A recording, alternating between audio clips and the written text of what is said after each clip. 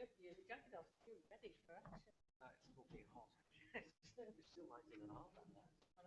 I'm told that race is trendy, but I still don't. Well, it should be yellow, shouldn't they? They're red. He's got red ones. Well, you'll be very pleased to know Blue that tie. the Liberal Democrat came through my door on Friday. Well, It's out. hand delivered. Right. So your team will work. Big courage. No, that was you. You're not handed it. Somebody Should have got out with the. hand delivered one of your leaflets, which I didn't expect, to be honest. No, That's why I'm encouraging you. I thought it was going to be a free post. They are a free post. No, but They're a free post. They've come before them out. I partner with them now. Oh, really? Yes.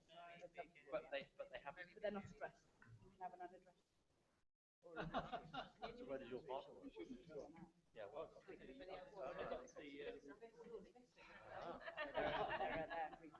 I must be in the right place. I got the one that I'll be moving to and my salons or shops. And what's the name?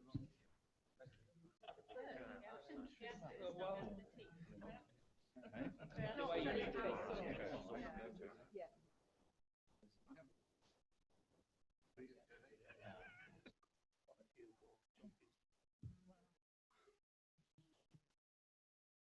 We'll see. Stay true to yourself.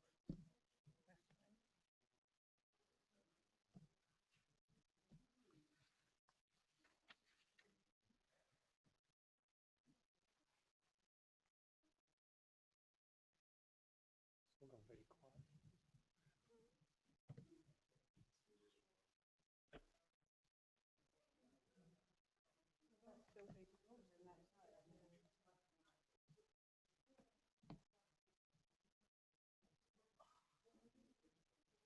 I just come back from Birmingham Airport. I thought, I hope I get back in time. I was quite pleased, actually. Telford. Representing British England. No. Telford on Monday. No, I'm asking you. Monday I'm Telford. Monday, Tuesday, Wednesday. That's it. Strasbourg, not Brussels. All right, Strasbourg. Strasbourg on Monday, Tuesday, Wednesday. Yeah.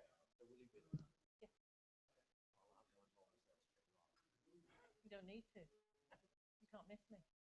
What are you going to do? What did you There say? you are. Now you want to get through London. Not there Thursday though. I've got to get back on Wednesday night. I'm missing another.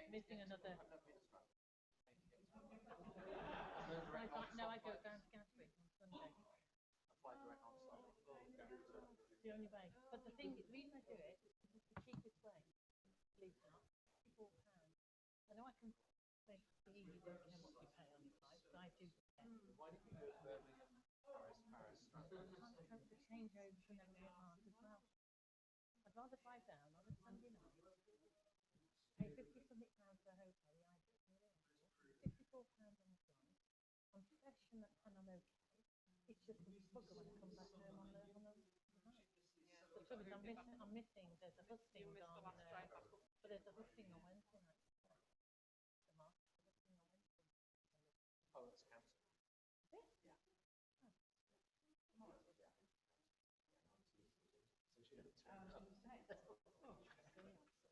Put your text my phone and leave it in.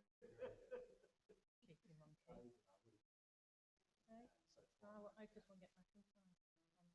No, it's next week. Next Wednesday. There's one next Wednesday. Newport. No, it's off now. The Newport one. Do you want to believe it? That is genuinely off. Is it really? Yeah, genuinely. All churches together. Yeah.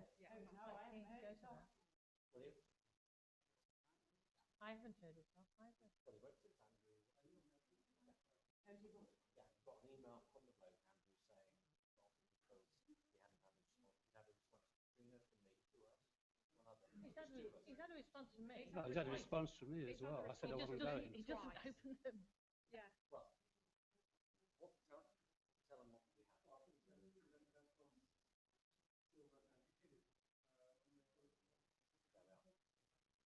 He's had two responses from me, and I said I'm in Strasbourg. I said I wasn't going anyway. I couldn't make it. Oh, well, there we are. But I did respond. Well, I'm not going out because I'm not embarrassed. Well, that saved me worrying now. No, because you could change something around and then it was on, off, on, off. And then Well, the other one was the college, wasn't it? That's the other one that I've not heard that's on for. the Monday. That one. Yeah. There's the college one, he's changed. He changed for, he wanted the 30th or the 1st. Yeah. So you get on the 27th. There's a 30th and a 1st one, isn't there? There's another college. Two colleges. She can't No, remember it's- 3 times when she came back. The 30th. Oh, well, I've got it on the 27th. I'm 27th as well. Oh, Yeah, okay. I think it's the 30th. Do you know, why don't everyone.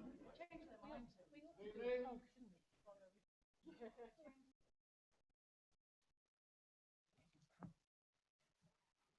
Welcome to FSB Shropshire election hustings. Thanks to all the candidates who are standing. Who are here in Before we do, there are no fire drill, fire alarm tonight. There's a fire alarm to the left, it's the real. Exit straight through the door there, to the left, much to point out in the car park. Toilets, again, through the door to the left, and just on the left hand side. Could I ask you if you haven't already done so, please put mobiles either on silent or switch them off. Tonight is one of 86 election hustings that the Federation of Small Businesses are holding nationwide. In this region, we have almost 5,000 members, and we champion the interests of the self-employed and small business owners. This is our manifesto, which all of the candidates have a copy of, and it's the FSB manifesto for the next government. This was produced in consultation with our members and represents the views of our members and what they are looking for in the next government. Both this manifesto and the video can be found on our dedicated website, www.ivacsmallbusiness.com, which Ivac Small Business is here. I recommend that you look at the website, have a look at the video, it's very good. I also would ask you, whenever you're tweeting, use the hashtag #IVACSmallBusiness to show support for the small business community. Tonight, it's an opportunity to hear from different sides of the political spectrum on which candidate and party will best serve the interests of small business. And it's your opportunity to quiz the candidates on how you think that they can help out the users and your business. So without further ado, I'd like to hand over to your chairman of the union, Tom Kennedy, the business secretary of the Staff. Thank you very much. We've obviously done one candidate before. That's really fun. Good evening, ladies and gentlemen. As Ray said, I'm Tom Kennedy. I'm the secretary of the Star. I've been asked to come on media this evening. I'll begin by introducing all our candidates for those who don't know. We've designated this the Wrekin table and this the Telford table. So from left to right, physically rather than politically, on this table we have Katrina Gilman, the Labour candidate, Mark Pritchard, who is the sitting MP for the Conservative Party, Pat Edwards, who represents the Green Party, Jill Seymour of UKIP, and Rod Keys of the Democrats. On my right, we have David Wright, the Labour Party on the right of the table, Peter Horton of the Green Party, Lucy Allen of Conservative, and Dennis Allen of UKIP. Before we begin, I'd like to explain how this evening is going to work. We have a number of questions that have been submitted by the audience, and I will turn them to one in turn. After each subject has been introduced, I'll ask each candidate to speak briefly on that subject. We don't have timers because we've got a large panel, so I will try and keep it relatively brief if we can. After that, I'll open it up for a brief discussion between the candidates and the audience as well, any points that they'd like to make.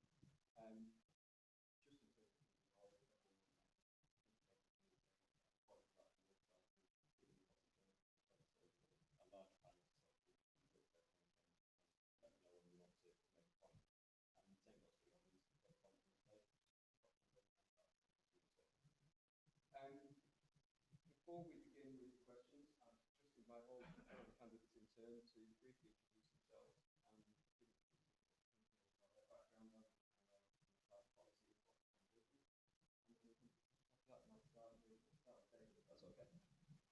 you wouldn't mind using the microphone as well. Okay.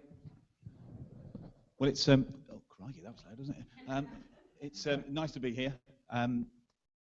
This room causes flashbacks to me. I had my wedding reception in this room. So it's just, who knows? We might be dancing by the end of the evening. Who knows? Look, I'm David Wright. I'm the current Member of Parliament for Telford. I've born and raised in the town. Lived here all of my life. I am a strong supporter of the work that the FSB does in the town. I've been to a number of events organised by the FSB, been a strong supporter of Small Business Saturday, and I'm keen to hear what you have to say rather than you listening to me. I think this is an important sector within the economy.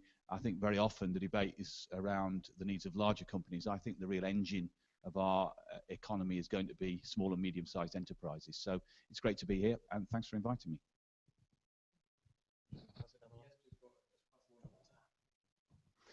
Good evening, good afternoon, everybody. I'm Peter Hawkins from the Green Party. I'm very grateful for the opportunity to address the FSB this afternoon. I feel my role here as a representative of the Green Party is to get across our approach to business. I think we're rather unfairly presented in the media as being anti-business. Nothing could be further from the truth when it comes to small businesses. Our main gripes against our economy at the moment is that it is geared far too much towards large businesses at the expense of small businesses. And I look forward to this evening as an opportunity to tell you more about our policies and how they could benefit you. Good evening. I'm very glad to be able to support small businesses in Telford. I think that the self-employed are without doubt the job creators of the future, and we have to do everything possible to support them. I'm a chartered accountant by background and have worked in business turnaround for most of my career and always outside politics. So I think that brings a very helpful perspective to the needs and interests of business. Good evening. Dennis Allen. I'm for UKIP, as you know. I've lived in Wellington for 20 years. When I left the armed forces, I took a higher degree and then became a management consultant. You know the saying, if you can't do it, teach. And did consultancy around Great Britain, but also in South Africa. And so I know a little bit about business. I have my own business at the moment, a very small one. And I'm looking forward to your questions. Hello, I'm Rod Keys of the Lib Dems. I moved to Shropshire about a year ago. I worked for 36 years for a major insurance company, most of that on the commercial side, dealing with small and medium-sized businesses. I don't want to make false promises about what I can and cannot do. What I can offer is some insight and maybe demystify some health and safety issues, and particularly I want to talk about zero hours contracts and why it's not all bad. Thank you. Yes, good evening, ladies and gentlemen. Jill Seymour, the Wrekin candidate, UKIP. I've been in business with my husband for over 30 years in Shropshire. We recognise all of the issues that you guys will have. UKIP is truly a party that believes in small and medium-sized businesses, as we believe they are the backbone to this country.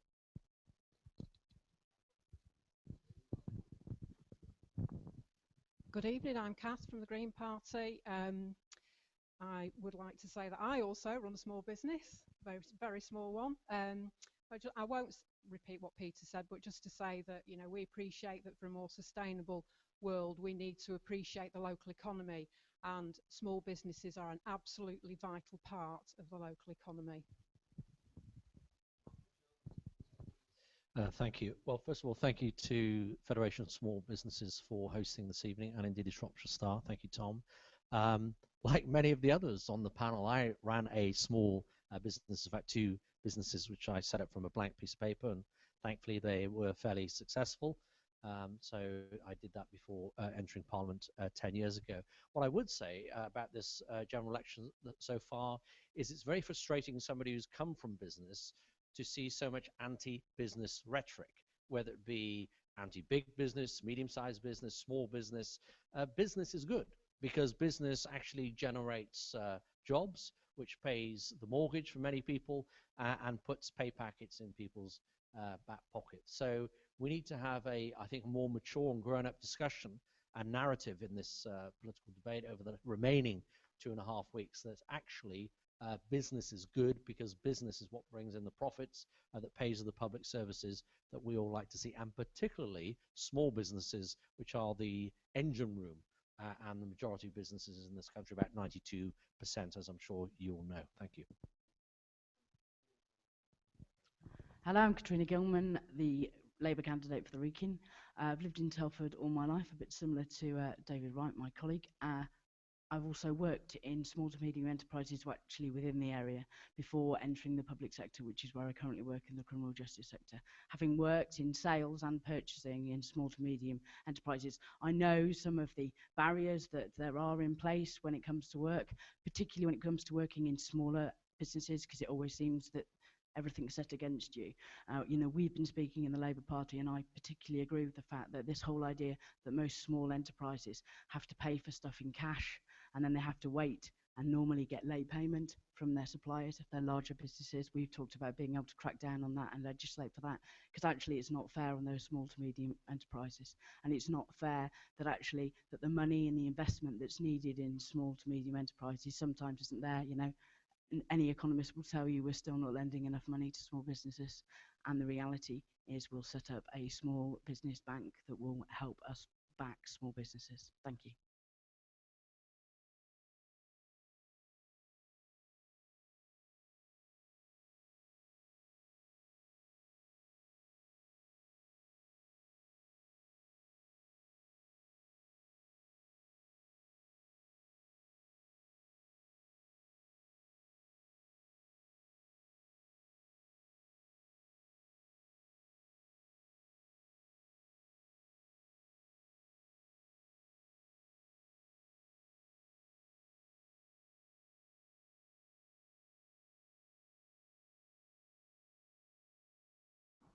Well, I think I spoke a little bit about it as I was finishing, so I'll carry on.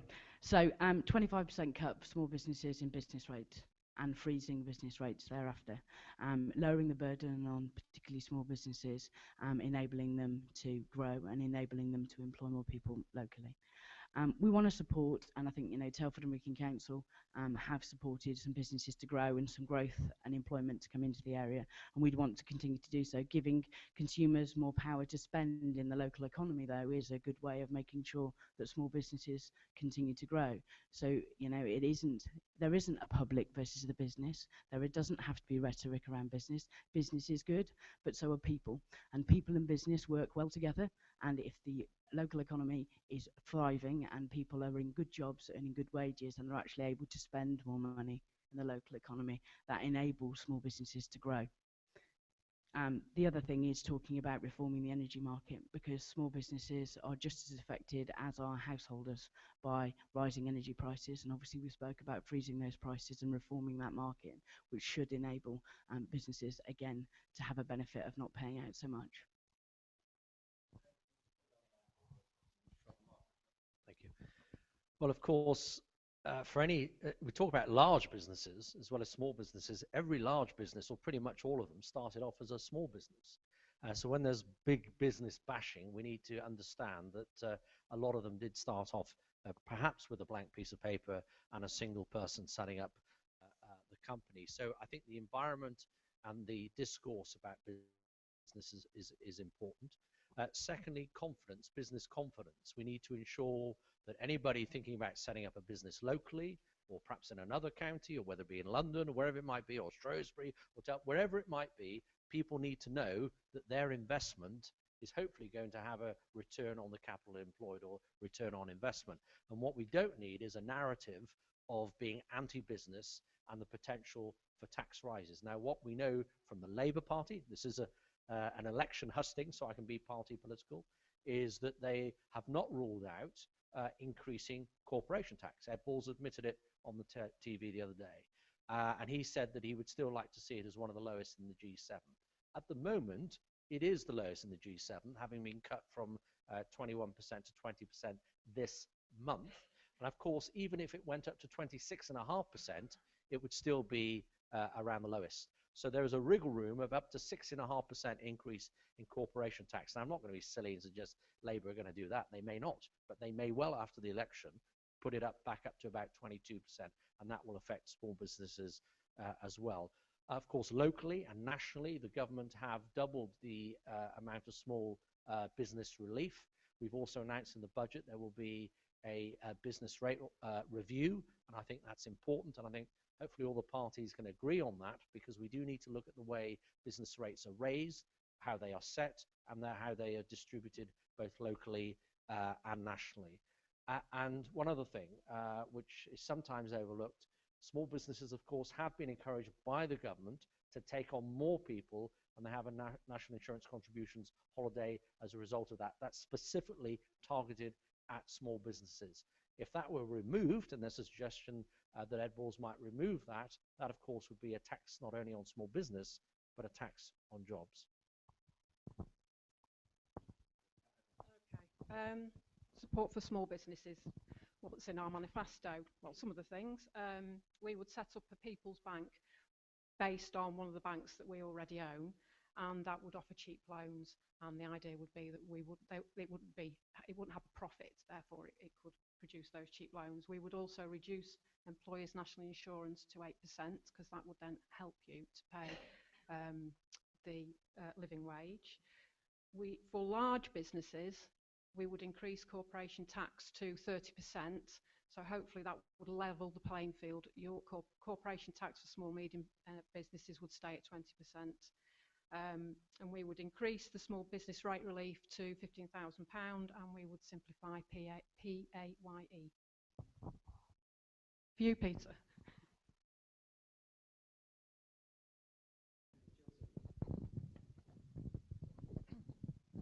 Well, the first and most important thing is the business rates.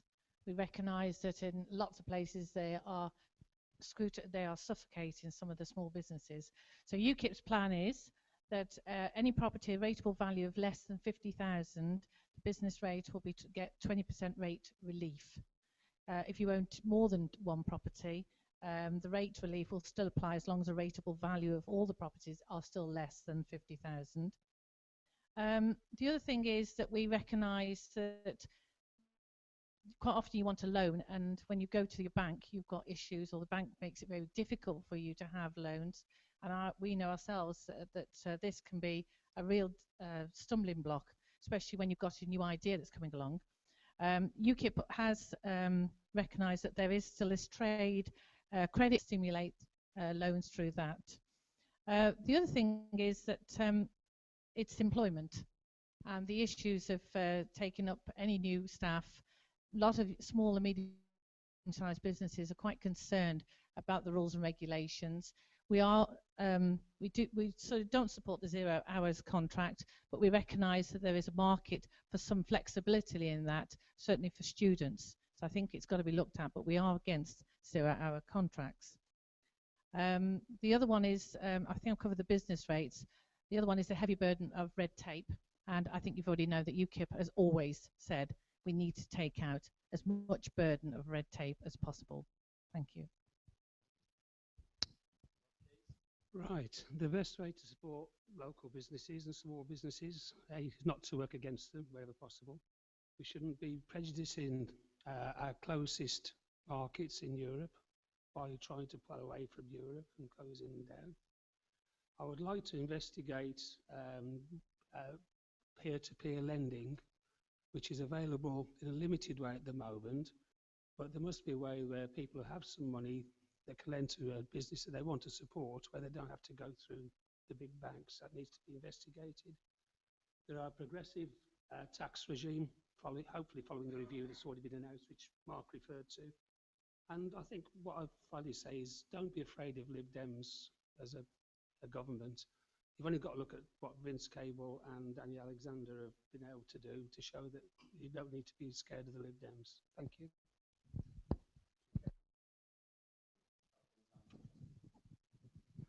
Right, you've heard some of the UKIP policies. The others are to cut back on red tape, which will obviously be easier for us than for the other parties because we'll be out of the EU, and most of the red tape comes from the EU.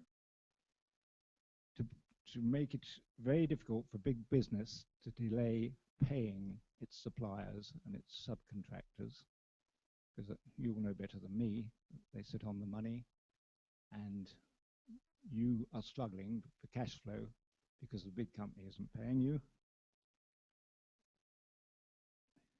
We're going to push for 30 minutes free parking in every high street in an endeavour to liven up high streets and make it easier for small and medium-sized businesses to have government contracts.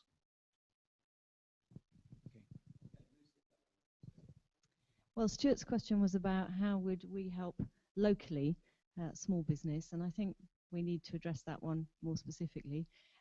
One of the things I've campaigned on consistently for the last 2 years is getting Telford better connected, and that doesn't just mean broadband and mobile, which is essential for small business, every small business, but it's also about local transport links and ensuring that we have good links both to the second city but also direct train to London, and within Telford getting the bus routes sorted out so that it's easier to get around. And I think Telford being better connected is a #1 objective for small business. And I personally, in terms of how I would help to deliver that, you have to work very closely with the local enterprise partnership, you've got to work closely with the council, you've got to work closely with national government. So I think as an MP, that's something that you can do as an individual.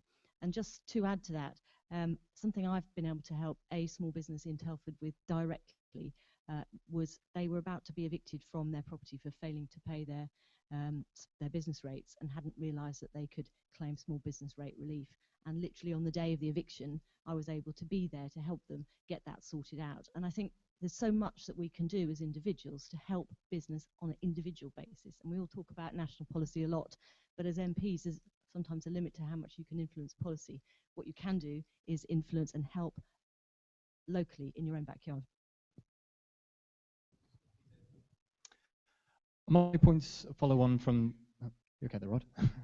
my points follow on from some of the ones that Kath raised. I think I should put it in the overall context, which is rather similar to what Lucy was just mentioning, and that's devolving power to local authorities. That's giving more power to local authorities to judge how they regulate local business.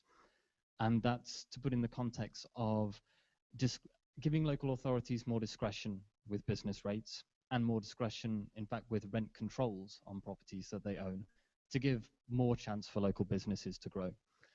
A policy that hasn't been mentioned is setting a goal of making 50% of new retail space set aside for small local businesses.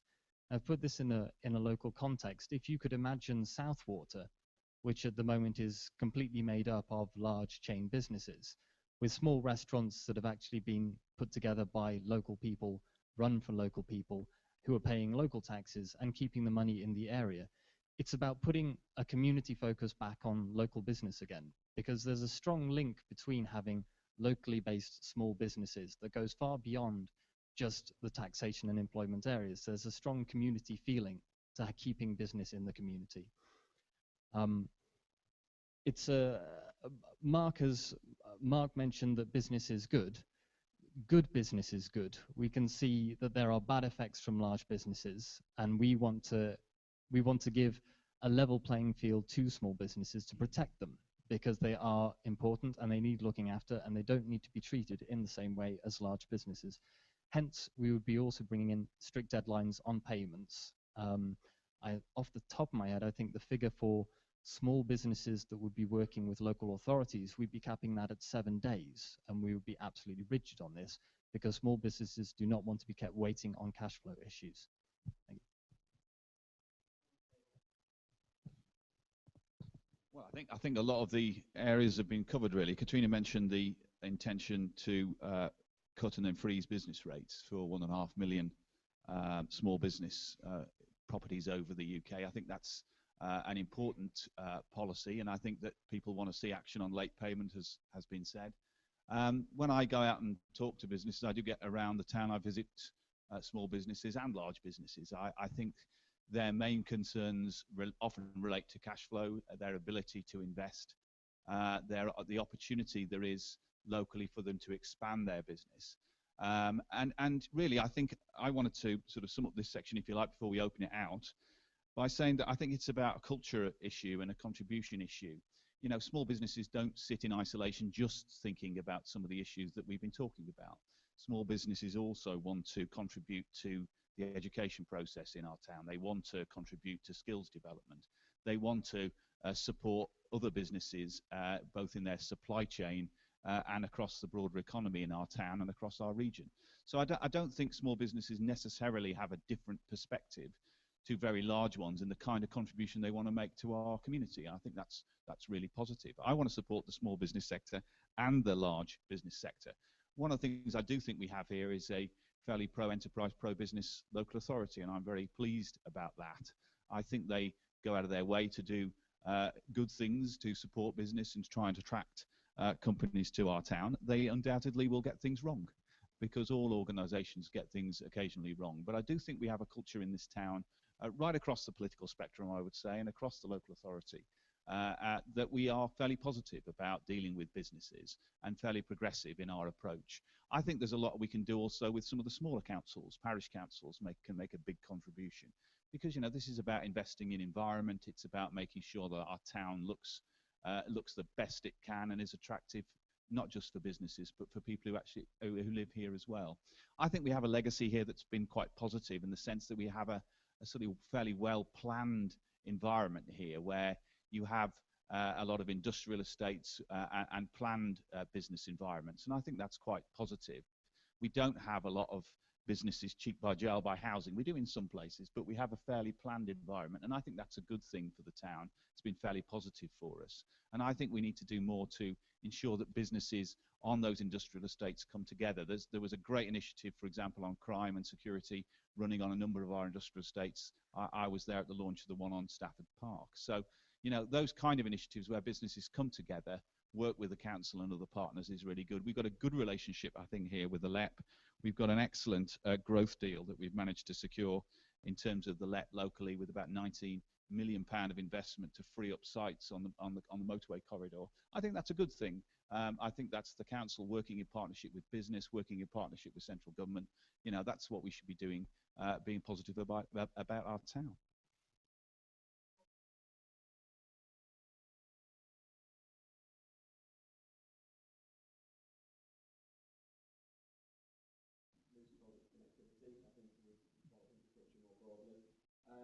And also the next question we're going to take from Ben Cox about business, about but does anybody want to pick up on any of the points that have been made during the course of that conversation? Well, Lucy's absolutely right. Is this on? Doesn't matter. Can everyone hear okay? Testing. Okay, Lucy's absolutely right about broadband, but there is a tale of two local authority areas here, I'm afraid to say. We do have borough elections again. I am going to be political, because this is the time to be political around election times, usually not being party political. But the fact is, when you compare Shropshire Council area, and I was the only MP out of the 5 MPs in Shropshire to represent both local authority areas, Telford Wrekin and Shropshire, I know, because I attend meetings with both local authorities. Shropshire have been very, very on the cutting edge of getting broadband rolled out into their rural areas, whereas Telford and Wrekin have been very late and very slow, and have been unprepared even to accept the match funding that central government wanted to do to connect rural Shropshire. And Jill will know, because she lives in a rural village, which I won't mention, but not too far away from here, where we really do need to see rural broadband. So it's unfortunate that Telford and Wrekin Council have chosen not to go for that match funding. That's the first point. Secondly, briefly on communications. Whilst we're very briefly, go ahead. Yeah. Communications, infrastructure. Okay. Thank you, Tom. Thank you. I was going to actually just go on to that, but thank you for your kind reminder. It is frustrating that you're driving 40 miles an hour down the M54 one way and driving 50 miles an hour or less the other way. That's a bit confusing. I'm sure it's nothing to do with raising revenue, but we're frustrated by what's going on the M54 at the moment. But actually, it's good news, because if you want a strong local economy, whether small or large business, you have to have reliable roads and reliable communications. And one of the greatest breakthroughs we've had locally, of course, is the direct rail link to London. Again, I pay tribute to the Shropshire Star for having joined with the then members of Parliament in getting and winning that campaign. So that's the first thing. Secondly, getting our roads absolutely right, and possibly having this link northwards to the M6 will again help all businesses in the area. But infrastructure is absolutely vital, and I think the next step is to see electrification from the line, from Wolverhampton, forgive me, to Shrewsbury, in order that we can have faster train service to London and not have to get off at Wolverhampton, or, correction, allow the train to change and a 10-minute delay. So that is certainly on the target list for me, should I be re-elected.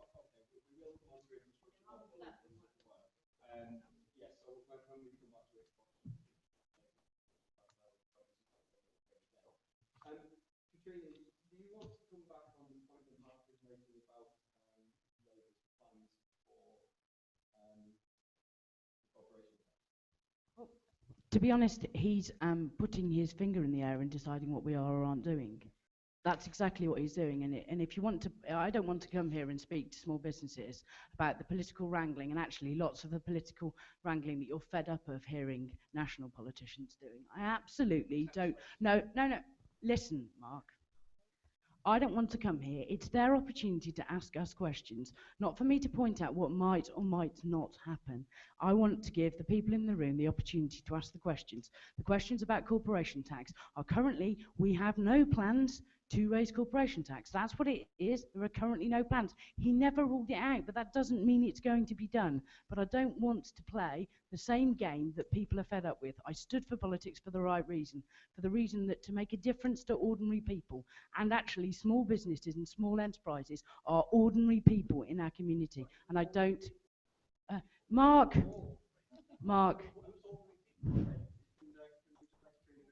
Yeah, it would be nice. I won't move on to the infrastructure because I'll talk about that later on. But actually, I think the issue that we want to talk about here is about how we can help small businesses. And when it comes to corporation tax, there are no plans to raise it at present. There is nothing that can ever be ruled out. We will continue to have some of the best corporation tax in the G7, and that's exactly where we want to be. But we'll freeze business rates for small businesses because that will make a difference most to small businesses.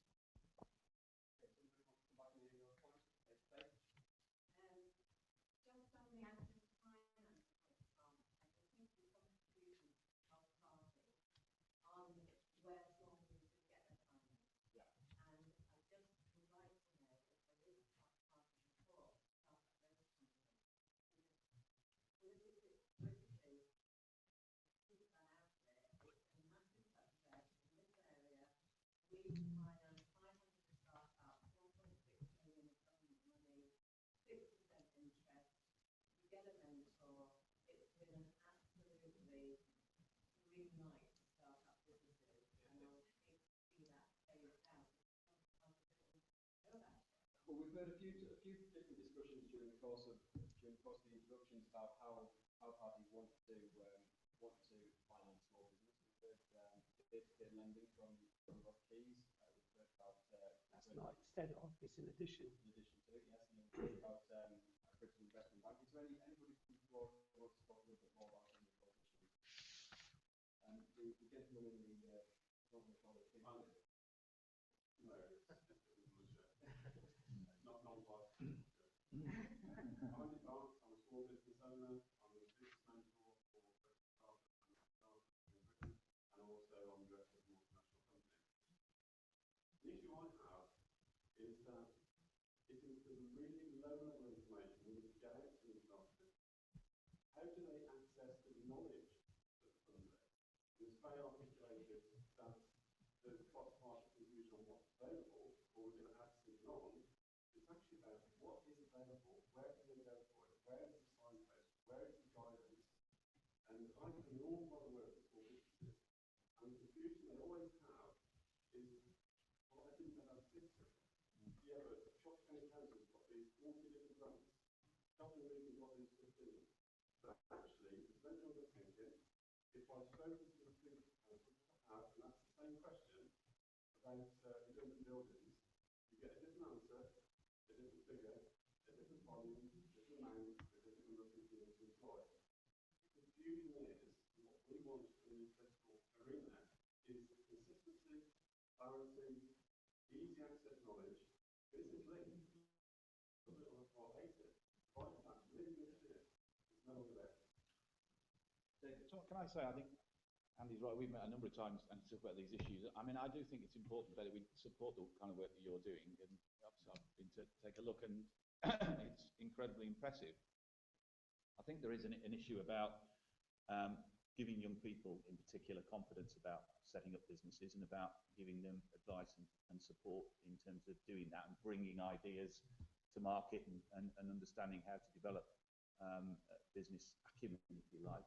I think that, I mean, honestly, I had a problem with the way that the council was doing this a few years ago. I said to the chief officer on the council, what happens if I'm a company who wants to come and locate here, small or big business? Where's the single number that I ring up where somebody would be, where I could say, you know, this person will put me in touch with everybody I need to speak to in terms of setting up a business or you know, expanding a business. And I think it's important that you have that. And I think we started to change that culture over the last few years, where there has been a better approach. But very often it comes down to the individuals involved, doesn't it? That you find somebody who's extremely good in a local authority or in a different partner agency is very, very good and switched on to that kind of approach. And we've got to make sure that in terms of the public sector agencies and also the agencies that support businesses like Business Link, that we have the people who've got the skills to be switched on, to know where to direct people and where to make the connections. I know it sounds simple, but it's really important. It's about culture, isn't it? And about capacity to actually, you know, put the businesses in touch with the right people. So that has been a problem in Telford, and I've tried to do something about it. Yeah, sure. But I think it's important that if we've seen something that's been a problem, we accept that it has been, and we try and do something about it, which I have been trying to do. The gentleman in the front here had a question as well.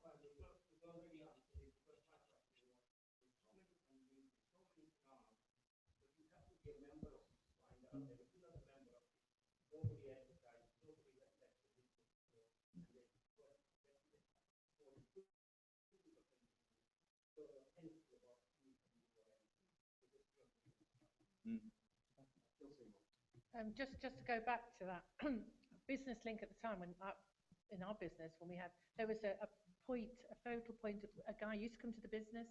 He'd go through the whole system and say, well, that grant there is available, this is there for you to offer, and he'd look at all the things, and actually there was so much paperwork to fill in that actually you needed another body outside your business to guide you through the paperwork. So there's plenty of grants out there of all varieties, but it's such a whirlwind of things. It's complicated, and you're trying to run a small business. You haven't got the time to sit on the computer and say, oh, is that my little grant, or can I go for this? So I think clarity, simplification of the system is required for smaller businesses, and then have a body that sits outside to guide you. And they are all out there. There is certain organisations that are there to help people, but you just need to know where to go. And like I say, Business Link years ago, we had a point of contact. It was very, very helpful. It's not quite so straightforward at the moment. Just a quickie, the gentleman in front here. Yes, there's no advertising, and with everybody else, it's so disjointed, you don't know what to do. When I took a redundancy package in 2008, I thought, I ought to do something. I'm still a young chap. I'll set up my own consultancy business. 2008 was not a good time to set up a new business. No help, nowhere to go, know what to do. In the end, although I wasn't desperate about it, I was okay. I just thought, can't be bothered with all this, I folded it. But there was no central place to go. And if I hadn't been able to go on my own means, with my own knowledge, I would really have struggled. So we need to get something, a directorate of, or whatever you want to call it. Do any of the candidates want to talk about what specifically is a solution for actually solving the problem of getting access to small business? I wouldn't claim to have the absolute answer, but I would firstly pay tribute to Faye for incredible work that she does. I've been inundated while I've been the candidate here in Telford by people asking me exactly the questions that you're talking about today, which is how do I get access to this? Where do I find this? And this whole question of signposting is incredibly important. And I think that we do, as representatives, have a role to play in pointing people in the right direction. I've been able to do that partly by Googling things, partly by talking to people at the council, but that shouldn't really be as informal as that. There needs to be a slightly more structured approach to this, that people aren't just wading around in the dark. So no, I don't have a solution, but I think it is incumbent on all of us to inform ourselves as representatives and signpost people in the right direction.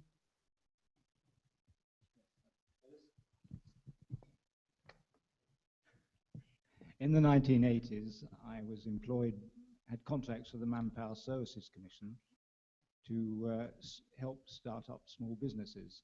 And I didn't do it in Shropshire, I did it in Staffordshire, Cheshire, and Coventry, because that's where the contracts were.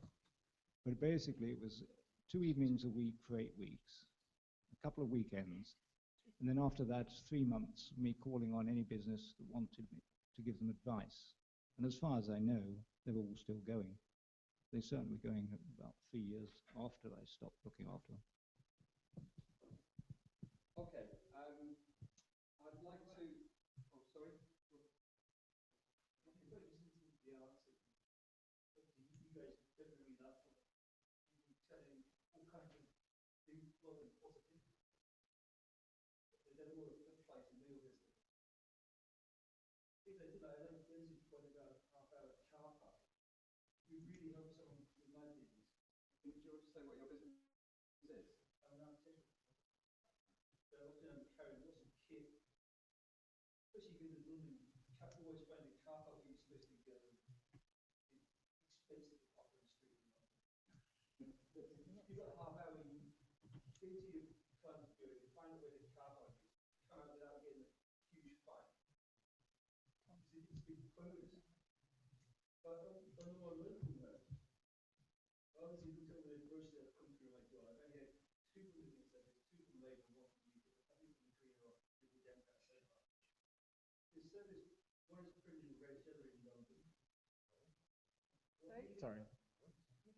One of your brochures is printed in red, the other in London. Labour, this is a form Telford, printed in Cardiff. UKIP was printed. I've got a leaflet that was printed in Wellington. I'll give you I've got a confession. Sorry, I've got a confession. This one was printed, forgive me, block your ears, in Shrewsbury. But at least it was Shropshire. At least you know I did think you guys could actually engage a little more with businesses. We've used local firms for printing. Okay. Before it becomes a who uses more local business. No. I'll just go back to the parking. Yeah, just going back to the parking. I used to go regularly to Broseley to a business there, hairdresser's business there. And the biggest complaint all of the shops have got there is nobody can stop and park. There's about 8 spaces because those that have got businesses have to find somewhere to park. There is actually nowhere to park. And they're all struggling. And they said that even half an hour, well, if you're going to have your hair done and having it coloured, for those that need it now and going old, you know, you need longer than half an hour to have your hair done. And there is nowhere in Broseley. So you've got a small town like that desperately trying to keep trade and encouraging it. And going back to your leaflet thing, if you've got election addresses that are done nationally by the post, usually the parties have their key addresses, but all of the UKIP ones locally, when we've done local printing, we've used local printers. Okay, you managed to get one more bit. I did. I'm sorry about that, Tom. Okay, let's move on. There will be a question from about employment in time, yes. Well, they've given everyone a clue to what's coming up next. Let's give them a head start on that one. We've had a submission from Peter Richardson. No, okay, well that's fine. It's about HS2. I'd like to combine that with one we've had from Robert Saunders about electric vehicle charging points and ask more broadly if possible about what kind of infrastructure upgrades Telford and Wrekin need to drive. So I'll start on this side of the mate and then Alan. Okay, on HS2, we're completely against it. We wouldn't have it. It's estimated it will cost $4 billion a year. And although people say it won't upset us because it doesn't come through our county, the cost of it will upset you. It's all got to be paid for every year. And of course, it's a European concept, the 10T. And the last two things about that, they wanted HS1 and HS, which is the tunnel, and HS2 to so you could go right from Paris or Brussels straight to Birmingham. The silly thing is, the HS1 ends at one station, and HS2 starts at another station, which means any 20 minutes you save in the journey, you're going to waste crossing London from one station to the next. What was the other question about infrastructure? Well, it's about infrastructure. What infrastructure would you like to see in Stockport to make Telford really? I'm not sure. I can see that you like having plug-in points. I'm not sure that they're necessary. But obviously, if you have an electrical car, but whether you should have an electric car is another thing, because the power has to be made for the electricity, and so it's not terribly green anyway. But if there was a demand, obviously we'd leave it to business and local community to meet it. I don't know if it's sort of binary or whatever you think. Can I just be absolutely clear, because we have Friends of the Earth here, and I think it's important. Is Dennis, through you, Chairman, saying that UKIP do not support the concept of electric cars? Because it certainly sounds like that. That's a question for Dennis. Dennis, do you not support the concept of electric cars? Do you think they're not? If they're cost effective, yes, it should be on cost effective grounds. Monetary and environmentally, yes. Yeah. Lucy, do you want to pick up the point on what infrastructure? Okay, well, I think it was a two-part question, HS2. Let's get absolutely clear about this. It's about capacity, it's not about speed. I think there will be some benefits to Telford. We do need better capacity, and so I do actually support that project. I don't support the huge cost of it, which seems to be escalating out of control, and there needs to be something done to bring that under control. I haven't seen too many electric cars in Telford. I'm not sure that... Have you got one? No. You saw one? I gather there's a pink one somewhere. My worry would be too much digging things up and too much holding up the roadworks, etc., if we were to install a whole lot of plug-in points for electric cars. In terms of what infrastructure we really do need, let's get back to the really fundamentals, please. It's got to be broadband. It's got to be making sure we can get to Birmingham quickly. It's got to be mobile hotspots. Come on, guys, we've got businesses to run. That's what matters. Then let's really focus on those issues and put our weight behind that. And that's certainly what the Local Enterprise Partnership has been advocating for Telford for some time, and I back them 100% on that. Microphone over here. We're also against HS2. We would take that money and we will plough it into something that's less of a vanity project. We would be ploughing that money into local public transport projects. I think that money could be much better spent on, as has been mentioned, electrifying the route between Wolverhampton and Shrewsbury. In fact, getting faster, better trains running on that route would probably provide the 20 minutes increase in journey time to London that we would be looking for on the HS2 anyway, whilst actually improving connections between this region. So I think that would be a double bonus for this region if we redistributed that money and used it to that instead. On the subject of the electric car park charging areas, I had a look at Telford and Wrekin's transport plan, and it was one of these areas where you're stuck in a chicken egg scenario. We need to keep very clear in mind why we are moving to electric vehicles and the utter certainty that we will have to start using these in lieu of using fossil fuels. With that in mind, it would be better to take the lead on this and start putting charging points out, because what we're looking at is an inevitable switchover. And we can either drag our heels on this, and I can say this, this also applies to the much wider concept of the whole country's infrastructure, not simply the local infrastructure, the country's infrastructure, to prepare ourselves for moving away from fossil fuels and onto renewable energy sources. Now, we can either drag our heels and say, no one has an electric car yet, why would we put charging points out? Or we can jump into it and say, we have an opportunity here for local businesses or the local council to actually start putting these charging out and maybe actually raising revenue from it.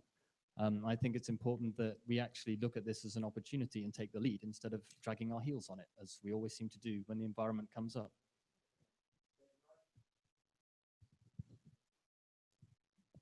Well, I mean, that's well and good, but I don't know who's paying for it. And I'd want to see the figures first to see what kind of cost benefit analysis there was in terms of rolling out that infrastructure at this point.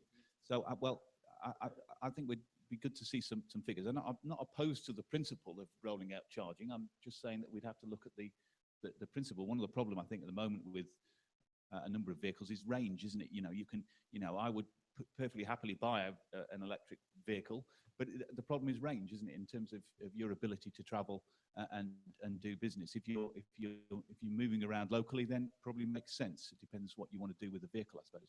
So I'm not against it, but I want to look at the figures and see how those stack up. There will come probably a tipping point in the medium to long term where the cost benefit of putting in that charging capacity outweighs not having it. So I think we need to look at where the tipping point was. In terms of HS2, I'll just be straight with you. I've consistently voted for HS2 through its stages in Parliament to date. I think I broadly agree with Lucy on this. I think there's an issue about cost. I think that, I am broadly supportive of the initiative. I think there is an issue about capacity, about trying to take people particularly from the West Midlands conurbation out of the existing West Coast main line. That gives you more room and more capacity to run services. I was involved, as was Mark, in the campaign to get the direct rail link. I think that was a good partnership working approach on that. And, if we could free up more capacity on the West Coast main line, who knows, we might be able to get more services. I do think probably the most important rail link that we do have, though, is to Birmingham and to Birmingham International. And I think that what we need to have is, more capacity on those trains. Very often they're overcrowded, you can't get a seat. And I think what we need is reliable services from Telford Central and from Wellington, reliable services that are going to arrive on time and you'll get a seat and you'll be able to travel into work or for leisure. And I think that's got to be our key, really, in terms of investment. I have supported the M6 toll link. I think that's a good initiative. I'm pleased to see that that's starting to move forward. If we can get that toll link and M6 northbound link in, I think that'll be very positive for us. And the other point I would make, nobody's mentioned cycling so far. I think we have a really good infrastructure in Telford from the Newtown legacy of cycle paths and cycleways. I think that the key issue for us in that is that very often I think there's an issue about maintenance and lighting and making people feel secure when they're cycling and safe.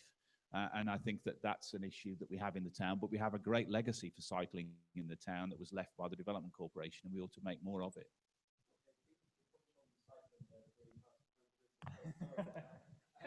Sorry, Tom, just I'm a sample bearer.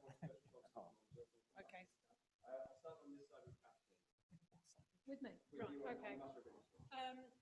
HS2,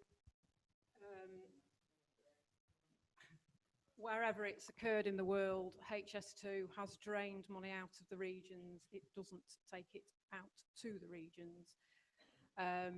Electric vehicles, we are competing with other areas. We've got Ironbridge, people come out to see Ironbridge. Church Stretton has got an electric vehicle charging point. We are missing a trick here. But what usurps all of that, excuse me, is that if we all had broadband, we wouldn't need to be travelling around quite so much.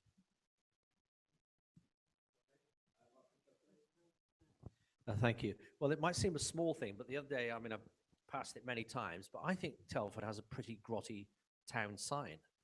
If you go down on the motorway, just at Telford, a little picture of Ironbridge, it's torn and tatty. That needs to change. The Borough Council need to get a grip. Second thing, Shropshire, as you come in on the M54, Shropshire Council, Conservative-led, we need another Shropshire sign. It's all faded. So the first impression of the town is a faded Shropshire sign.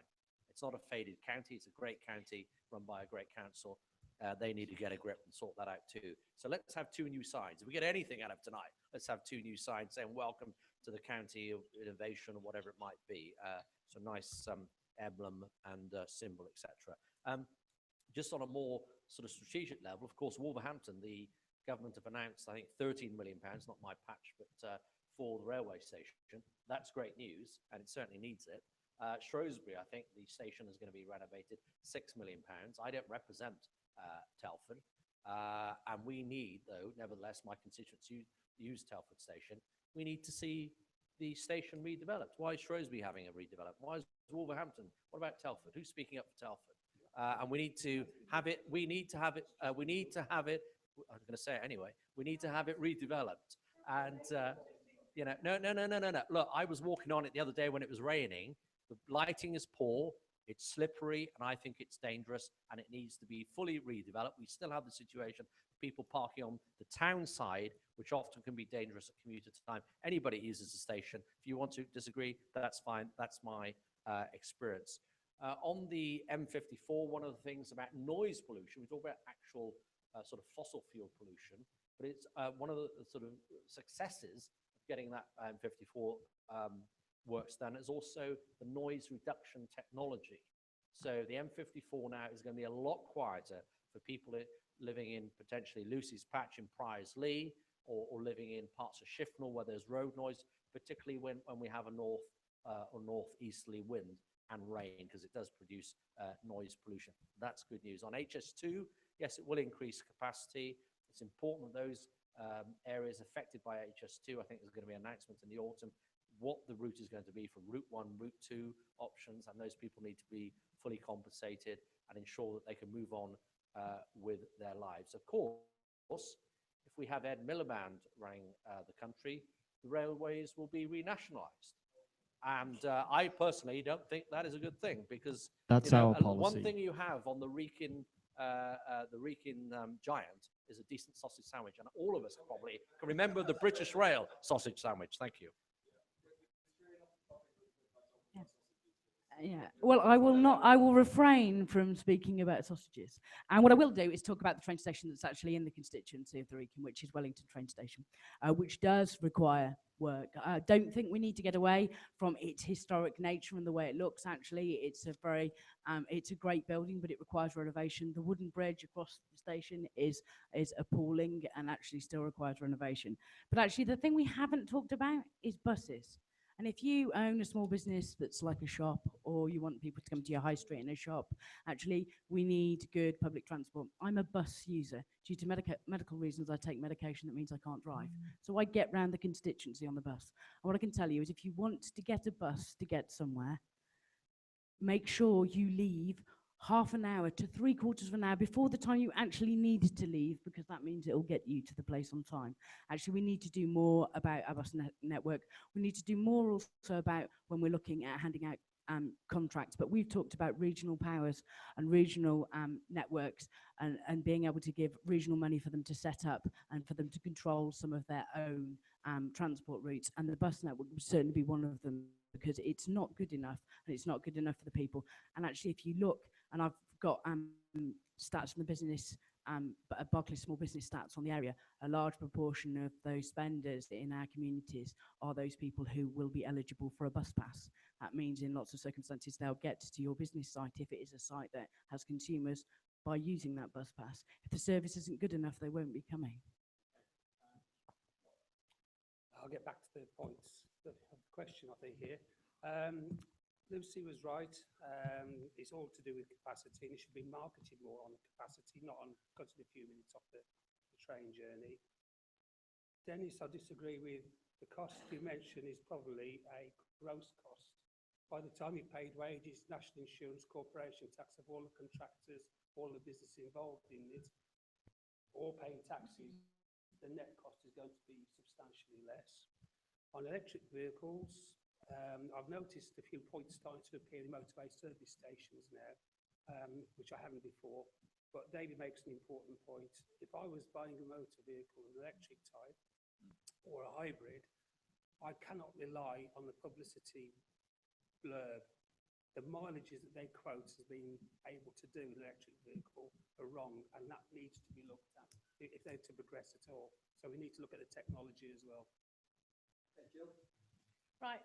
I'm actually the transport spokesman for UKIP for the UK, so, and I also sit in the European Parliament on transport issues. So Dennis's reflection on the 10T projects, which is HS2, is real, though I get told it's not connected to the UK. It's the future vision of how the European Union want to infiltrate from the European countries into Britain with their rail network and their road network. Going back to electric cars, can I please say that I absolutely think it's great that people should have a choice of what means of transport they should have, but they also should have the available resources to be able to link up to those electric points. And I think wherever possible, we should put electric points where feasible so that people who've got an electric car can actually link up. The only thing I'm not pleased about is to subsidise electric cars because it's taxpayers' money. And I think if people wish to have an electric car, it should be down to their own choice, not from the taxpayers' choice to pay for that subsidy. For HS2, absolutely, totally against it, purely because I've visited all of the villages and towns all the way through the route, all the way coming up. And by the way, it's not been signed off by the public. It's still going through government. There's no figure that's been set. It keeps growing and growing and growing. The chief executives are on an overinflated salary. Those people that live along those routes still don't know. Some have not even had any correspondence if they're actually going to have any compensation for their properties. And some people have lived there all their lives and said, no matter what money they throw at me, this is my home. It's not a house, it's my home. And some very serious situations for some of the people that live on this route. I would also say that the SNP quite clearly this week stated that they would like HS2 to go straight up to Scotland and avoid Manchester. And I was quite alarmed to think it's so great that this is just, they're just playing with people's money. And it's not money we've got. This is our children's debt we're going to leave.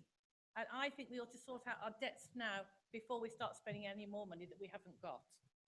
As for buses, I live out in the rural countryside and I see the issues we have. The problem is you can't have a big, large bus going around with just one person floating around. That's not cost effective. So there have been many different, they've tried different kinds of situations where people call out for a cab, or they've had, I think in the past we've had the hiring of motorbikes and different things and cars, but some of the elderly just want to get to the doctors. And if you've all noticed, there's a lot of taxis now coming into this area. So I believe that some of the buses should be made smaller and it should be more of a consultation to see what the general public want in rural areas, because we don't need to have empty buses. We do believe in UKIP though, we should keep the concessionary bus pass, but I have an issue with the companies that actually have some of these buses, that they don't know from one year to the next what the actual allowance is going to be per council. They vary. Cycling, absolutely for it. I think it's great that people should be energetic and be kept fit. And wherever we can put cycle lanes around the Telford Wrekin, we should encourage it. Okay. We're running quite quickly this evening, so I'd like to just open the discussion back for a brief debate if possible. Peter Hawkins, pick it up. I just want to try and catch up with a few points that have been raised by the previous speakers. The Department of Transport themselves estimate around 90 to 95% of journeys taken in the car are under 15 miles. So 95% of the journeys we take in a car are covered by electric vehicles. So this also...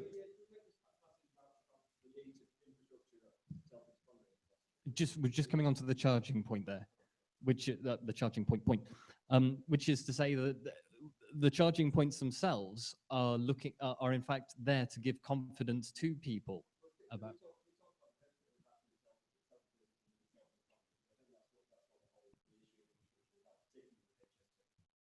Well, to go back to HS2 in that case, we've heard speakers talking about how we need a more reliable train service running along our line between Shrewsbury and Wolverhampton.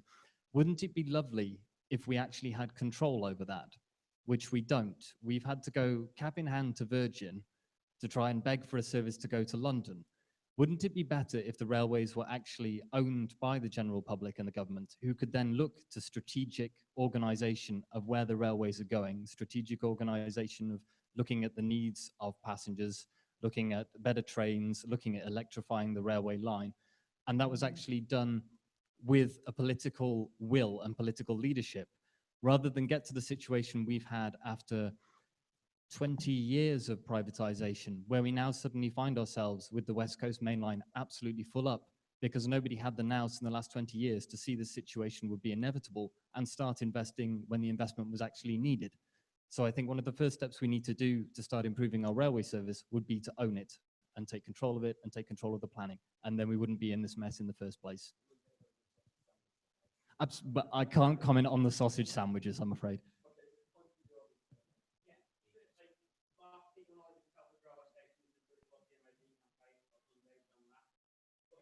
Most important infrastructure, I want to go to, we're always playing capital. We're not innovating, we're always playing capital. Connectivity, we're catching up with the likes of the game. That's right, Britain is it. Same with roads and railway as well.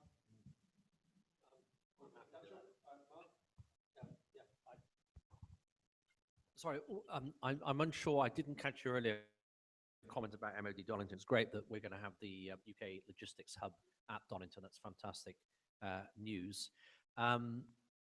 Estonia, the Baltic. I'm a bit confused.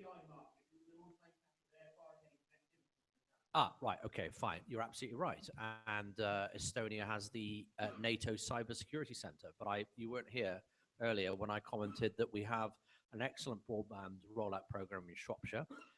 Is far behind in Telford and Wrekin. I completely accept that. But Telford and Wrekin need to go back to a cabinet decision of about 2 years ago when they refused to accept match funding from the government to roll out broadband at the same pace on the same level as Shropshire in villages throughout the borough. But I wouldn't accept we're far behind. We have the lowest corporation tax in the G7. We have a record employment in this county. Youth unemployment, which, to be fair, all political parties have struggled with getting youth unemployment down over the last 20, 30 years. That is now in steep decline. And apprentices at the record levels here, whether it be Ladbrokes or whether it be some of the defence engineering companies around here like BAE Systems. And I think a lot of people, Tom, you're the business editor of the Star, and I've not seen it in any, certainly local or regional newspaper, but last year 55% of apprentices were actually female apprentices. Women going into engineering, going into agro-sciences, 55%. I think that's absolutely fantastic news, because what we want is a diverse economy, a mixed economy, an economy that brings the skills and attributes and virtues of everybody in our community. Thank you.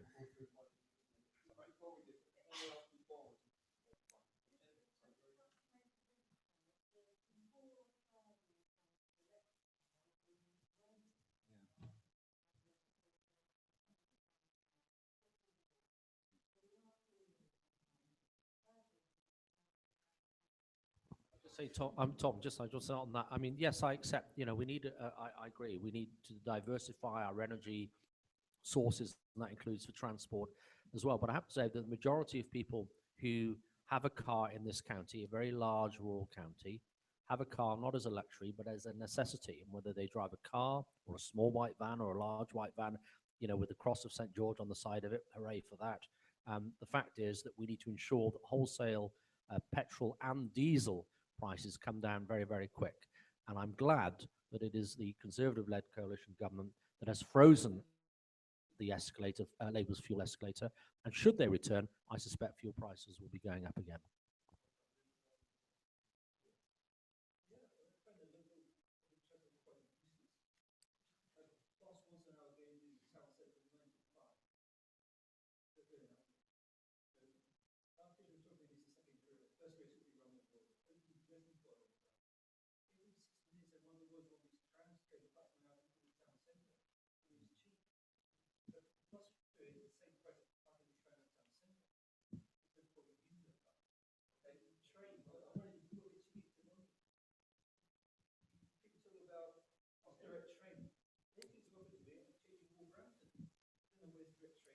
Better than it was before. We didn't have anything before. Better than nothing. But just to say that, just to say, Tom, as well, that the other thing I'm conscious of is that many people who want to use the train can't actually park their car because most of the train car parking stations are either full. Now, I think personally, my own personal view is it would be great if you've got a train ticket, you should have free parking just for that. So you have to put your train ticket into that car parking, so you only use it because you're getting onto the train. But at least it encouraged more people to use the train. At the moment, most people have to get things dropped off because there's nowhere to park, and it's not accessible. Can I just ask?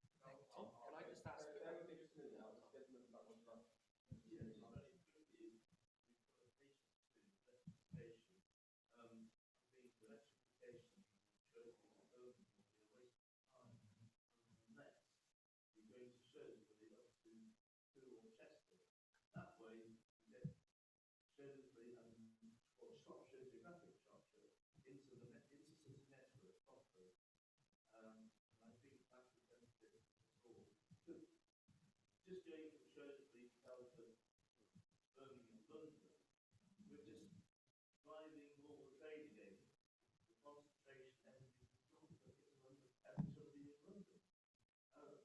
You know, there's the rural areas, the north of Rochester, and I would have the money, instead of going on HS2, I would put that into electrifying the whole current system and sorting the current system out. Just like that was the point I was going to say. But you know, we've got to start somewhere. We've got a direct revenue service. I said I'd like to electrification. Shrewsbury goes further. Shrewsbury could be phase one, the other phase two. But what I wanted to ask Tom, hands up, including Green and Friends of the Earth, people that actually drive an electric vehicle. Peter, do you drive an electric vehicle? No, I can't afford one. So if you, Telford of the Earth, do you drive an electric vehicle? I drive a very good car. Yeah, but do you drive an electric vehicle? Okay, that's fine. Just wanted to know. I just want to see the demand. Well, the point is, you've got some electric charging points to get to park, but Just two one-liners. I got a bus pass. I'm over 60, but no buses. I live just up the road in North Shropshire. So I'll take your point there. What's the point of having if I can't use them? And because I'm fairly remote, electric cars are no good. The HS2 link to Scotland, should it go ahead, it'd be very handy for Nicola and Ed to get together on a regular basis, wouldn't it? So. I think you go to the West Coast and Ed's in Doncaster. Yeah, just a quick one to come back to that gentleman's point there. I don't think I heard anyone on the panel criticising the introduction of electric charging points. I think the only thing that I said was that from a business perspective, we do have more vital issues to tackle first.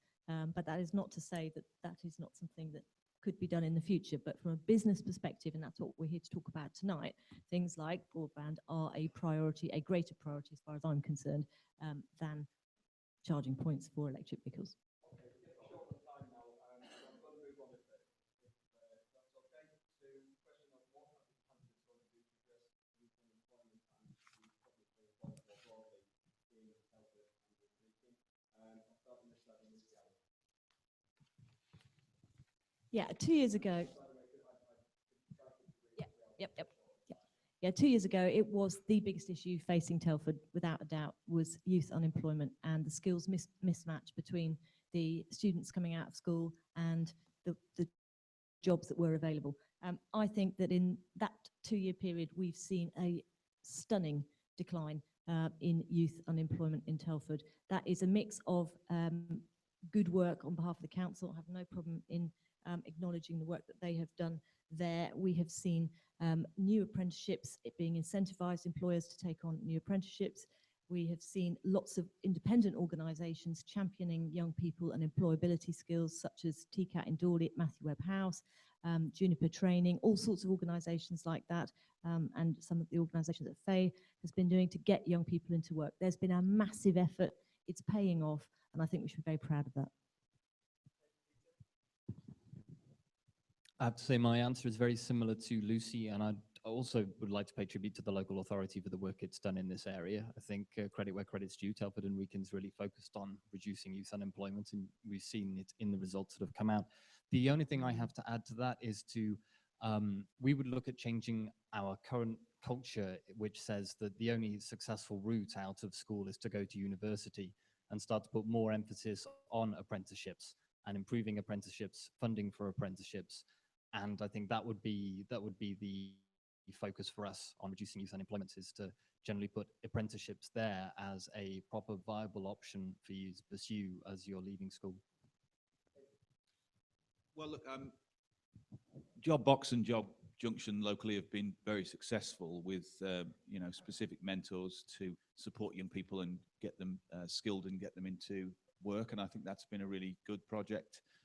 In my understanding, over the last year or so, youth unemployment's gone down by 50%, and I think that's due in large part to the work that's been done to try and ensure that people are connected with training opportunities and connected with employers. I think that's good. I think the two big jobs fairs that the council's organised here have been, incredibly successful in terms of opening young people's eyes to job opportunities and introducing them to companies that are here, whether they be large companies or small. I think we've probably got more work to do on those jobs fairs, getting smaller businesses along. And I know there's pressure. It's easier in some ways for large companies to send staff to jobs fairs. They've got more capacity to potentially do that. But I think we've got to try and get more opportunities for people to see what small and medium-sized businesses are doing in our town and the kind of variety of jobs that are available. But I think those jobs fairs have been particularly successful. I would agree with what Peter said about the approach to ensuring that we have a more blended approach, as I call it, to education, where we don't just have academic and vocational education for young people, that we have courses that are more modular, that have different types of skills that you can acquire, whether that be through a formal qualification or through experience in the workplace. I do think that, fundamentally, that maths and English are the bedrock to any successful career for any young person. That's got to be at the centre of what we do. That's why we want to see maths and education being taught right through to 18 in schools. I think that's important. And I think one of the key things that we've seen in our manifesto is that if you get the grades at school, then you get a guaranteed apprenticeship place and an apprenticeship of quality. So I think it's about ensuring that we give people academic opportunities, but that we also see the value of the work that people like TCAT are doing, the work that organisations are doing to build and support young people and start-up businesses. So it's a good record. I think it's a mix of factors that have produced that. I think we can be quite proud of what we've achieved locally. There's much more to do.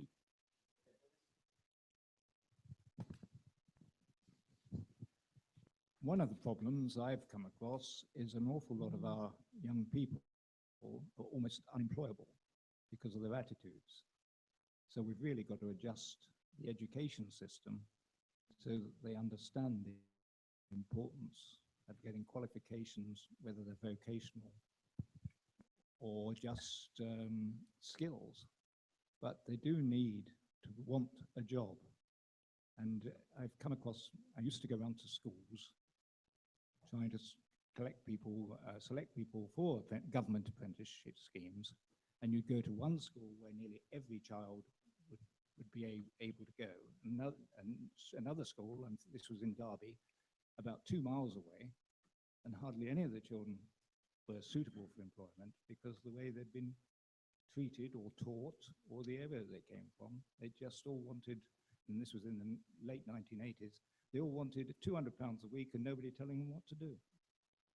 So we've got to get a culture change so that people want a job and that they're educated to do a job.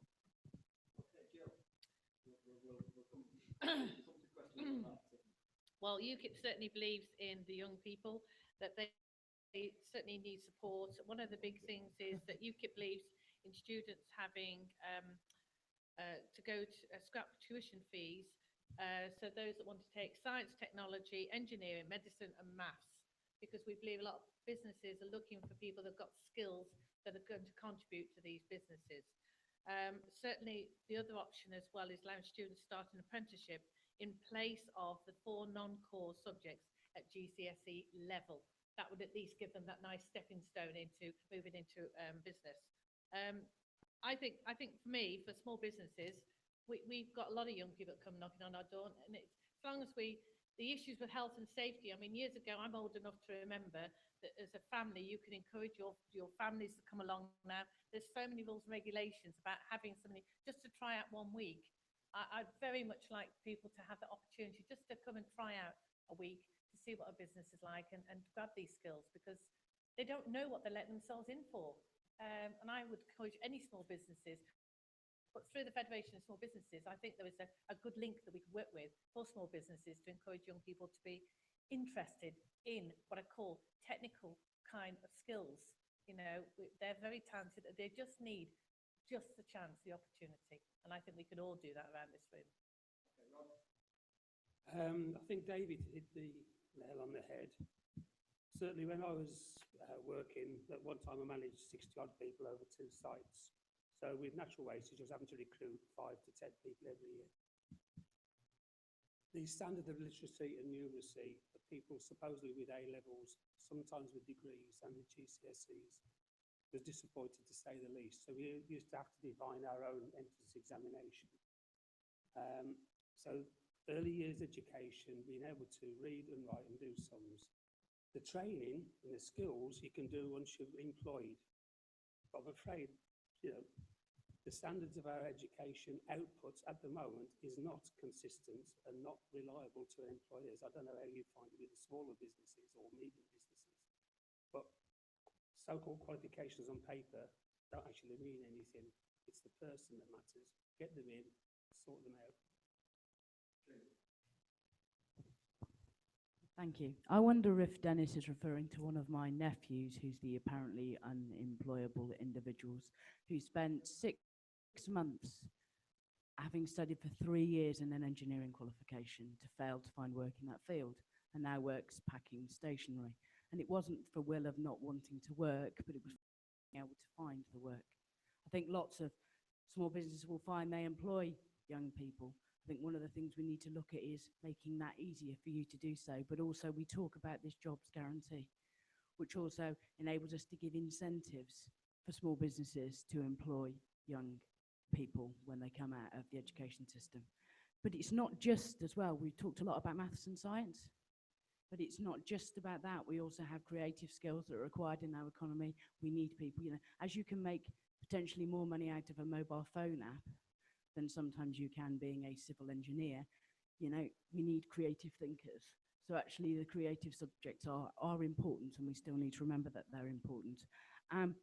We're talking about a gold standard technical baccalaureate for students who don't go to university, the 50% of those that don't go to university. So we need to deal with them as well and make sure that they have a high quality education, but also work with businesses on what is it that they want.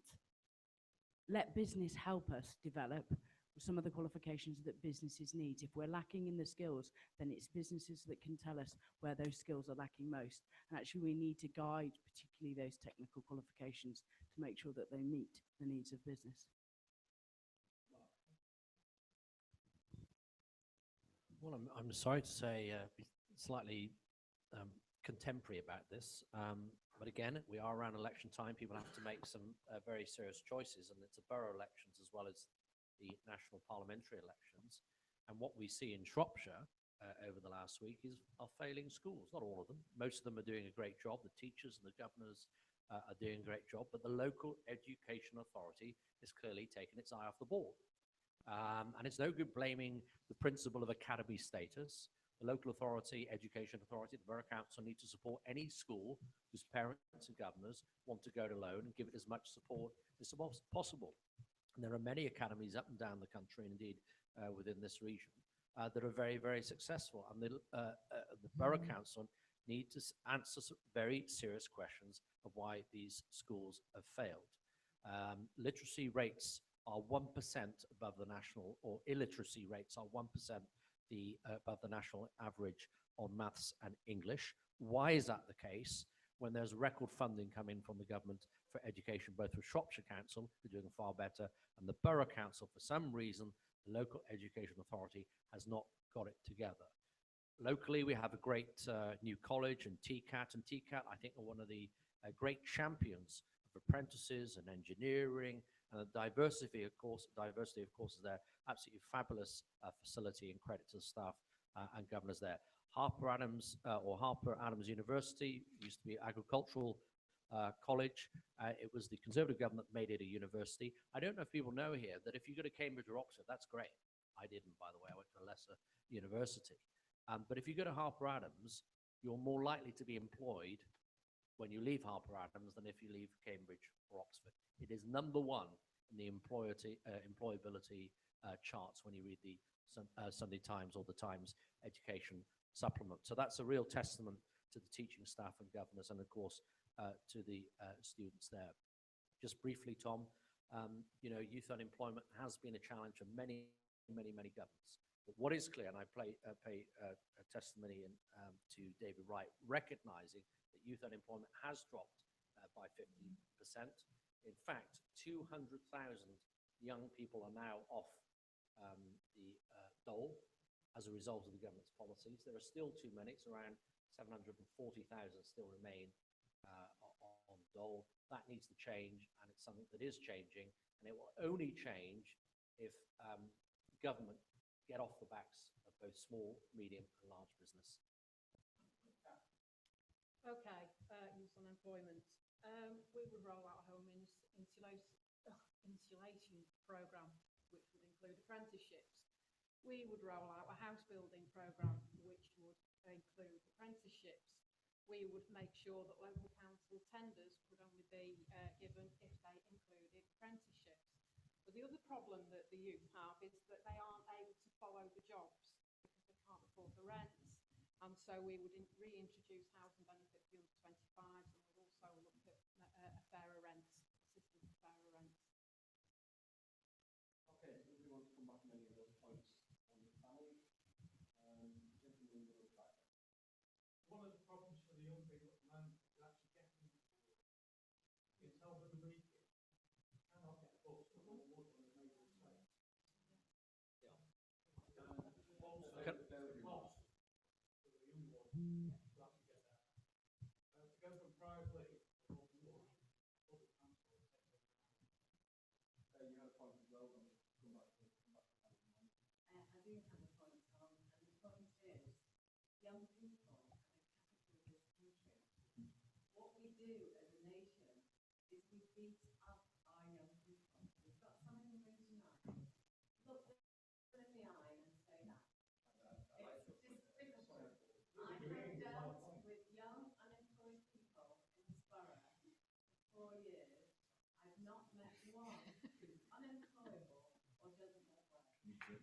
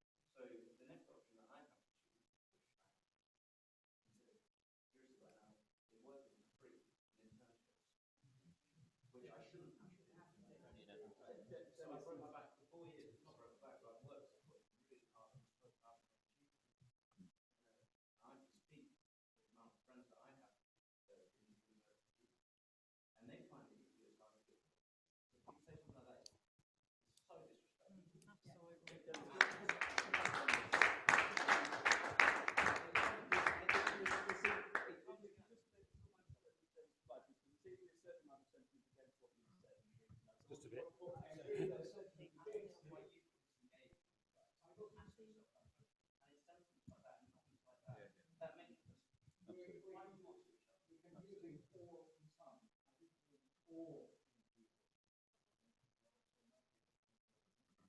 some, and that was the voice of experience.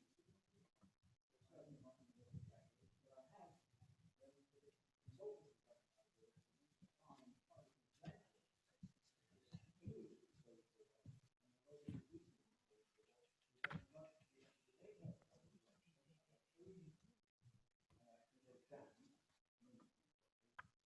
May I quote yourself back to you, you said an awful lot, rather than all or some, an awful lot.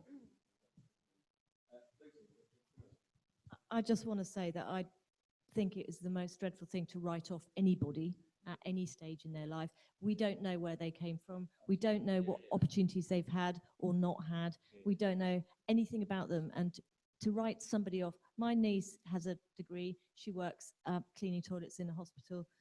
I am proud that she's working. I'd like her to do something else. She's hoping to go and do a master's. But her mum was a heroin addict. She had a bad start in life. You know, I really cannot have anybody written off but by anybody, because it's wrong. We need second chances, we need opportunities, and we've all got to commit to giving everybody an opportunity to get on in life, no matter where they start from. I wanted to come back on your point on it's impossible to get to Horton Wood. And it isn't just, that doesn't just affect young people, that affects families that can't afford 2 cars. It affects a lot of people. But actually, our industrial estates full stop aren't very well served by public transport. We do have Wheels to Work, which obviously provides them with scooter accommodation. But I haven't been a previous motorcycle owner. I wouldn't necessarily recommend that on a cold morning because it ends in disaster. But we absolutely need to do more, but we also need to look at how we can work on, there's a teen card that's available for quite young teenagers to use public transport to make it slightly cheaper because the cost is phenomenal. So we need to look if we can extend that actually to people probably older in life, and also how we work with organisations who are getting people back into work and getting people back into training and providing them with transport. But the only way we do that is by making sure that the transport links are there in the first place, or that there's a suitable or reasonable way for them to get to work. Right, I'm a bit of a betwixt and between. I did go to university, but I didn't graduate. There was something recently on the television, I can't remember which it was, saying that there should be more careers, every child should have the benefit of careers education school. When I was coming out of the sixth form, the only careers education advice I got was, well, you're good at maths, go and do maths at university. If you're going to have careers advice, they must actually have some idea of what careers are and what they're about. I had a fantastic career for 36 years with an insurance company. I challenge anybody to find anybody that left school saying, I want to go and work in insurance. So, but if you get, university doesn't suit everybody, but if you do go and don't graduate, like me, you can still learn a heck of a lot and benefit from it. So you shouldn't be seen, I don't consider myself a failure because I didn't graduate. But it's not for everybody, but somehow we seem to be giving that message out sometimes. If you don't graduate, or you don't go to university, you're second class. That is wrong. Yeah. Okay, I'm going to move on because we really are getting short on time now. We've got 15 minutes left before we all get shuffled out of the room with this room. So I'll just ask everyone to answer as quickly as possible. Keep it less than 10 minutes, right? What are the biggest challenges and opportunities for business growth in Telford? And we'll start on this side. We'll start with Mark. Well, of course, you know, I've been sort of championing for quite a long time. People might remember when RAF Cosford was going to close or at least be mothballed under Gordon Brown. Thankfully, that didn't happen. We paid tribute to the PCS union, who worked with me and others to ensure that Cosford stayed open. We're now seeing Cosford expand, and probably as strong as it's been for these 20 or 30 years. And the same for MOD Donington. As I said earlier, we've just won the UK Defence Hub business, which is going to safeguard existing jobs and create a lot of new jobs. It will be a national centre of excellence for logistics, commodities and services. We still need to ensure that the Defence Support Group jobs that are there continue into the future, and whoever is elected, both for Telford and the Wrekin, will need to work closely together to ensure that happens. I'm confident that it will. Why? because we have the geographic skills cluster around BAE Systems, GKN and Caterpillar up in Shrewsbury, and also the new £10 million investment into the Wolverhampton Prisley campus for engineering. We had the engineering centre just opened a few months ago in TCAT. So when you look at the private sector provision, the public sector provision in education, if you like, the back office as well as the front end of defence engineering business in this county, it is going from strength to strength with the BAE. So I think there's a lot of opportunities ahead, and we need to be positive about defence, Lockheed Martin, General Dynamics, BAE Systems, on and on and on, investing in Shropshire. That is good news. Yeah, I will be incredibly brief. One of the things that I found interesting from looking at the statistics, etc., around small business are the fact that the average age of somebody who is running a small business is 52, and the average age for startup is 42. So one of the things I'd like to see is actually us not just looking at employment, that is looking at the large organisations that are coming into the organisation, but creating the next group of business owners, the next group of small business owners who can actually continue to develop. They need mentors. They certainly need mentors within the community and other business leaders to do so. But I think it would be very good. You know, you've got a master's degree. You know, you are, by to all intents and purposes, capable of running your own business with the help and support that you need to do so. You know, don't think that the only route for you is to go and somebody tell you that you don't have enough experience. You know, look out there and see if that there is something that you can do, and get some help from some people in the room who will help you achieve more. And if you want to work here, I want you to work here. You know, I don't want you to have to go to Birmingham. A rationalised support system, new businesses, startups, including finance. Having heard all the arguments tonight, I think that would be the best thing that we could probably do locally. 8 seconds, go on. Yeah, I truly believe that that the small and medium-sized businesses in the UK are the bread and butter of this economy, and quite often ignored by the large corporate companies. I think large corporate companies should actually pay their bills on time, and you shouldn't have to be fighting for your payments. I truly believe that there needs to be a massive reduction on your rates, your red tape, certainly some of the health and safety issues that are, some of them are over the top.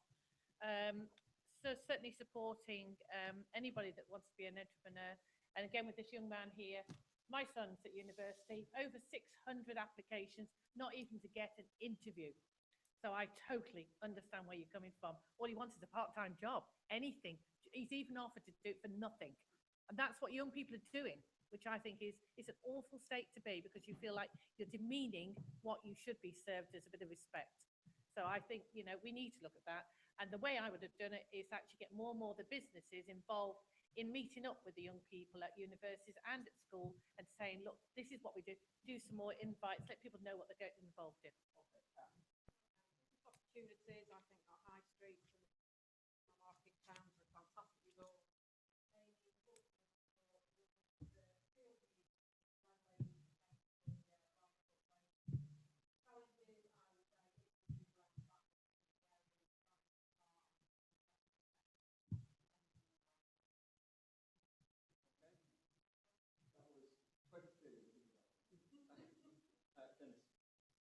Cut out the red tape as much as possible.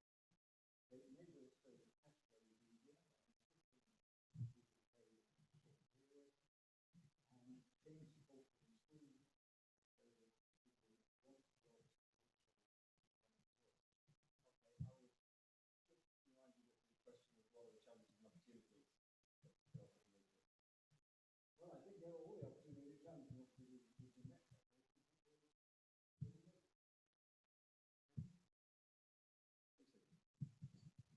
Yeah, the opportunities, if we have a Conservative government, I'm being political for the first time here, we're going to have a low tax environment, we're going to have a flexible labour law, and we're going to cut the jobs tax and hopefully abolish it altogether, and a lower corporation tax. So that is an opportunity for business in Telford. Challenges for business in Telford, I think we've got to continue to work at upskilling our young people to make sure that they can take advantage of the opportunities that are coming to Telford. There are plenty of low-paid jobs here which is a worry for me, and I want to see more better paid jobs coming to Telford, and that's a challenge that I would want to tackle. We started off the evening saying we were coming here to listen to what you had to say, and I think the message I would take away from tonight would be the one that Rod has already raised, and that's, I think we need a coherent system of support for businesses from startup onwards to point everybody in the right direction to the funds and skills and knowledge that are already available.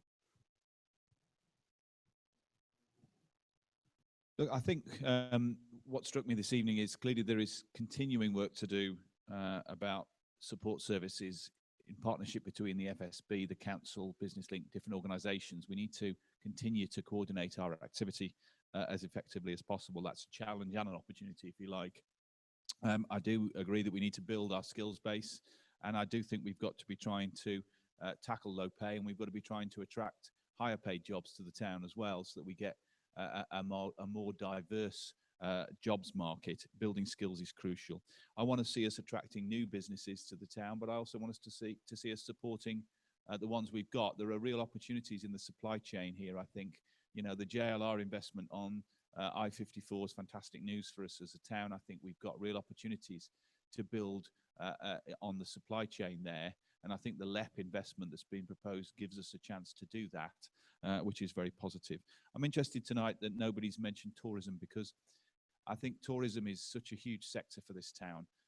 You know, we have some world-class museums along the Ironbridge Gorge. We have some world-class museums just outside of Telford, but not outside of the Wrekin. I'm thinking about the fantastic museum at Cosford. I think we have some stunning tourist opportunities right across the county, fantastic opportunities for short and long breaks. What we do have in terms of the tourist sector is a tendency for people to do day visits to Ironbridge and to sites in the county. We've got to try and expand those day visits into overnight stays and week stays, so that we're getting more tourist pound and more tourist spend into our small businesses in the town. I think the council have done a fantastic job with Southwater. I think it's a great focal point for the town. I think we can build on that success in terms of ensuring that we have opportunities around the centre of our town. And I do accept the fact that there are connectivity issues and that we need to drive forward very much on that agenda as well.